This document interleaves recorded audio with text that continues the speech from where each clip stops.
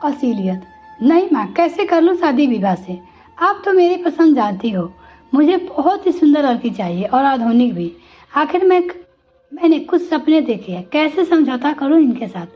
आपका जमाना और था, लेकिन अब ऐसी शादियाँ नहीं होती है कि बिना पसंद शादी कर लो। आज एक बार फिर दिगोर अपनी माँ के साथ बहस कर रहा था।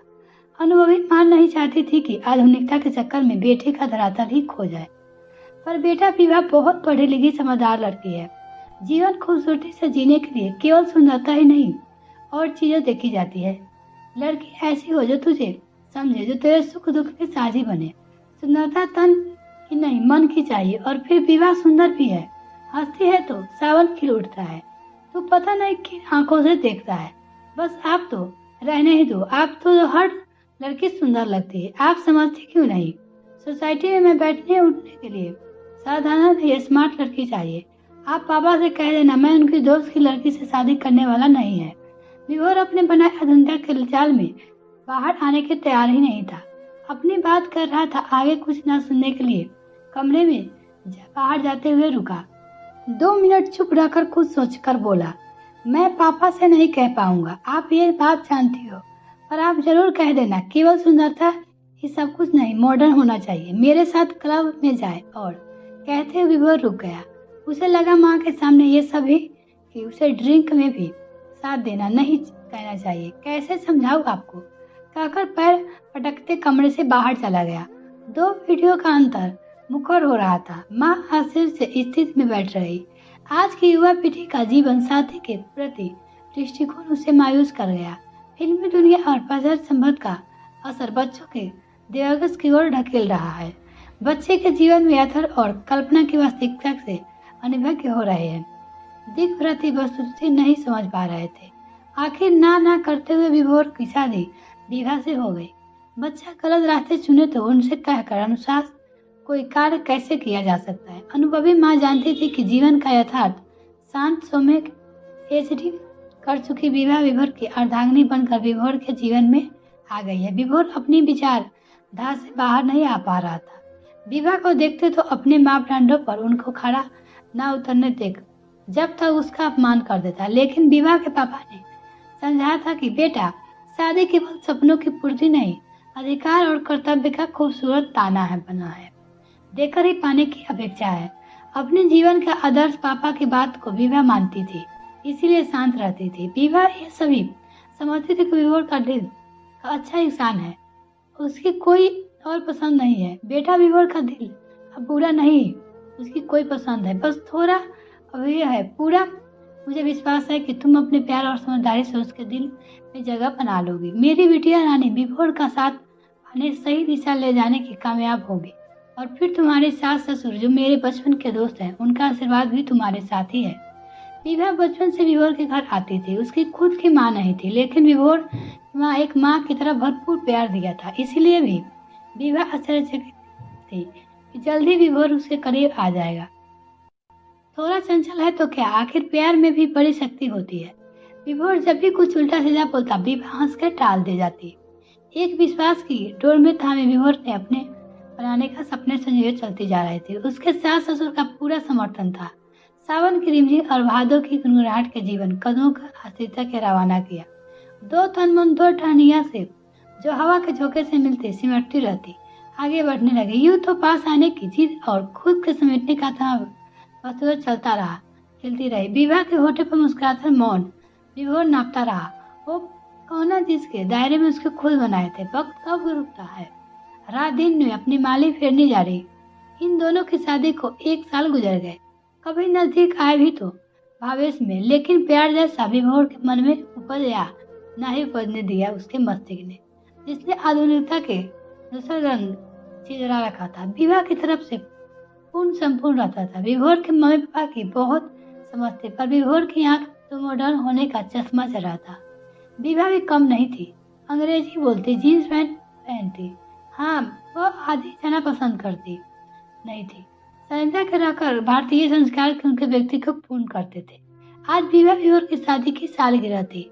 विवाह के मम्मी पापा ने बहुत बड़ी पार्टी दी थी।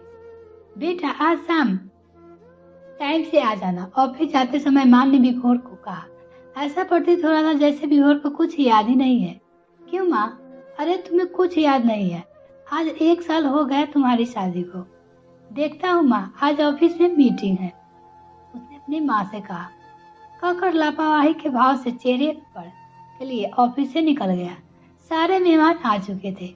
विवाह ब्यूटी पार्लर से तैयार होकर आई थी। गजब की सुंदर लग रही थी। गोल बड़ी आंखों की खूबसूरत पिंक लहंगा, मैचिंग ज्वेलरी, आने वाले की निगाहें उस पर से हट ही नहीं रही थी। पर विवाह को इंतजार था तो सिर्फ विभोर का। वो बेचैनी से थोड़ी थोड़ी देर से दरवाजे की ओर देख रही थी। इंतजार का हर पल उसे सदी सा लग रहा था। माँ ने विवाह की बेचैनी समझते हुए कहा, अभी आ जाएगा विभोर, कह रहा था ना सुबह मीटिंग है। जी माँ, कहते हुए उसने शर्मा कर नजरें झुका ली, लेकिन दिल की कसक को नजरें कहाँ संभाल पा रही थी। दिल के हाथ में मजबूर नजरें फिर दरवाजे पर अटक गए। अभी केक नहीं काटा गया था। होटल के बड़े हाल में ही बहुत सुंदर सजाया गया था। विभोर का इंतजार हो रहा था। हल्का म्यूजिक का माहौल और भी दिलकश बना रहा था। लोग स्टेज ले रहे थे कि विभोर का हाल में ही प्रवेश किया। सभी ने एक साथ स्वागत की ताली बजा दी, लेकिन अगले ही पल उसके पीछे पीछे मिनी स्कर्ट में एक लड़की आकर विभोर के बगल में खड़ी हो गई। विवाह के साथ सभी कुछ मिनट के लिए शांत हो गए। विवाह के दिल में तूफान करवट लेने लगा। ये मेरे ऑफिस के अभी नई आई है, स्वेरी नाम है, लेकिन मेरी कलीग है। सास ससुर को भी अजीब लगा, लेकिन मेहमानों के सामने तमाशा न बने इसीलिए चुप रहे। पार्टी खत्म हो गई। विवाह ने आज कुछ नहीं कहा, ना ही कोई झगड़ा, ना ही मनुहार। वो समझ चुकी थी कि विभोर को ऐसे समझाना आसान नहीं है। विवाह महसूस कर रही थी कि कुछ दिनों से विभोर समय से घर आ जाते हैं, उसके इर्द गिर्द घूमते हैं, लेकिन विवाह अभी संभाल कर चलना था। अरे विवाह, इस समय कहाँ जा रही हो?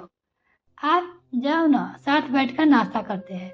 नहीं, मेरी सहेलिया के साथ प्रोग्राम है, आप कर लीजिए। कहते हुए विवाह घर से बाहर आ गई, लेकिन विभोर अपनी ओर ध्यान महसूस कर खुशी से खिलखिला उठी। आज सुबह कुछ ज्यादा ही खूबसूरत थी। हाथ पर बैठे चिरी चिरी जोर विवाह को मीठी गुदगुदी कर गए। दिल के सरगम में प्रेम गीत गुनगुना उठा। आज विभोर विवाह को जाते हुए देखता बिना नाश्ता किए हुए ही जाने लगा। तो माँ ने पूछा, क्या हुआ बेटा? यूं नाश्ता थाली छोड़कर नहीं उठना, पहले नाश्ता कर लो फिर जाना। नहीं माँ, मन नहीं है, कहकर सिर झुकाए चला गया। माँ सब देख समझ रही थी कि उसे भी विभोर का विवाह से नाश्ता के लिए पूछना अच्छा लगा। विभोर की माँ ने तसल्ली की सांस ली। बादल समुद्र का रास्ता ढूंढने लगे तो बारिश भी शीघ्र होगी। विभोर अब विवाह के व्यवहार पर आश्चर्य होता। उसने तो सिर्फ विवाह को हमेशा उसे मानते समझाते देखा था, कभी अकेली बाहर नहीं जाती थी। उसने नहीं रहा गया तो वापिस माँ के पास आकर बोला, माँ आपको पता है विवाह कहाँ गई है? आपको कुछ बताया क्या? विवाह बाहर गई है? मुझे तो पता नहीं, आ जाएगी। माँ ने उसका चेहरा पढ़ते हुए मुस्कुराते हुए कहा। माँ विभोर की परेशानी पर बल देख रही थी। उन्हें अच्छा लगा कि आज बेटा ने विवाह के लिए पूछ रहा है। वो फिर अपना काम करने लगे। उन्होंने विभोर की ओर कुछ ध्यान नहीं दिया। थोड़ी देर विभोर की माँ के पास खड़ा रहा, फिर चला गया। अब आए दिन विवाह बाहर चली जाती, उसके मॉडर्न ड्रेस पहनना शुरू कर दिया। यूँ तो ड्रेस क्यों पहनती हो? तुम अपनी अच्छी लगती हो। पर मैंने तो आपसे पूछा ही नहीं मुझे क्या पहनना है और क्या नहीं। मुझे अच्छा लगता है तो मैं पहनती हूँ। सुबह शाम पूजा करने वाले भी जोर जोर से अंग्रेजी गाने सुनते और विभोर देख परेशान होता। ना कह पा रहा था, ना ही रोक पा रहा था। मम्मी पापा आप भी चुप थे। कोई अब विभोर की ओर तवज्जो नहीं दे रहा था। खोने के एहसास से उस चीज का महत्व पता चलता है। इंसान खुद भी कर पाए सही गलत का मापदंड तो दूसरे के लिए पहनता है, अपने के लिए नहीं। अब उसकी चिंता विवाह को लेकर बढ़ गई। विभोर को समझ ही नहीं आ रहा था कि क्या करे, कैसे विवाह से बात करे। विवाह सुनो। हाँ कहो, क्या बात है? तुमसे कुछ बात करनी है, जल्दी बोलो, मुझे जाना है। यहाँ पास आकर बैठो प्लीज। मैं जानता हूँ मैंने तुम्हारा दिल दुखाया है, मुझे अफसोस है। मेरी बात सुन लो। उसके अनुभव से भरे स्वर को सुन विवाह का मन अंदर तक भीग गया। अच्छा बताओ क्या कहना है? मेरे साथ चलोगी घूमने? नहीं, मुझे जरूरत नहीं है। याद है जब पार्टी में स्वरी आई थी, उसने मुझे धोखा दिया है। अब विवाह उसके पास बैठ गई हूँ कहकर उसकी ओर देखने लगी। विभोर का चेहरा उसकी आत्मग्लानि का साक्षी था।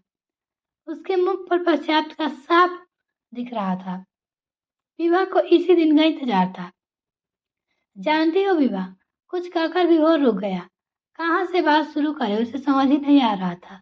उसने विवाह का हाथ अपने हाथ से प्यार से लिया और कहना शुरू किया, विवाह वो लड़की पहले तो उसने मुझसे दोस्ती की, फिर दोस्ती के संग घूमने लगी, मुझसे महंगे गिफ्ट मांगती रही, मैं देता रहा, मेरे ऊपर अनुरागता का आवरण चढ़ा था।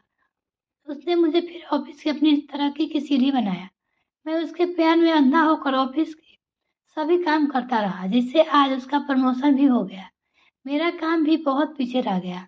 मुझे अब समझ नहीं आ रहा है कि ऐसे रिश्ते सिर्फ स्वार्थ बस पनपते हैं, प्यार नहीं होता। मेरे ही सामने उसने औरों के से फ्लर्ट करती और कुछ कहती तो कहती कि इतने पुराने ख्याल हो तो मेरे साथ क्या कर रहे हो, अपनी बीवी के पास जाओ। मैं समझ सका हूँ कि जीवन की असलियत क्या है। प्लीज मुझे माफ कर दो।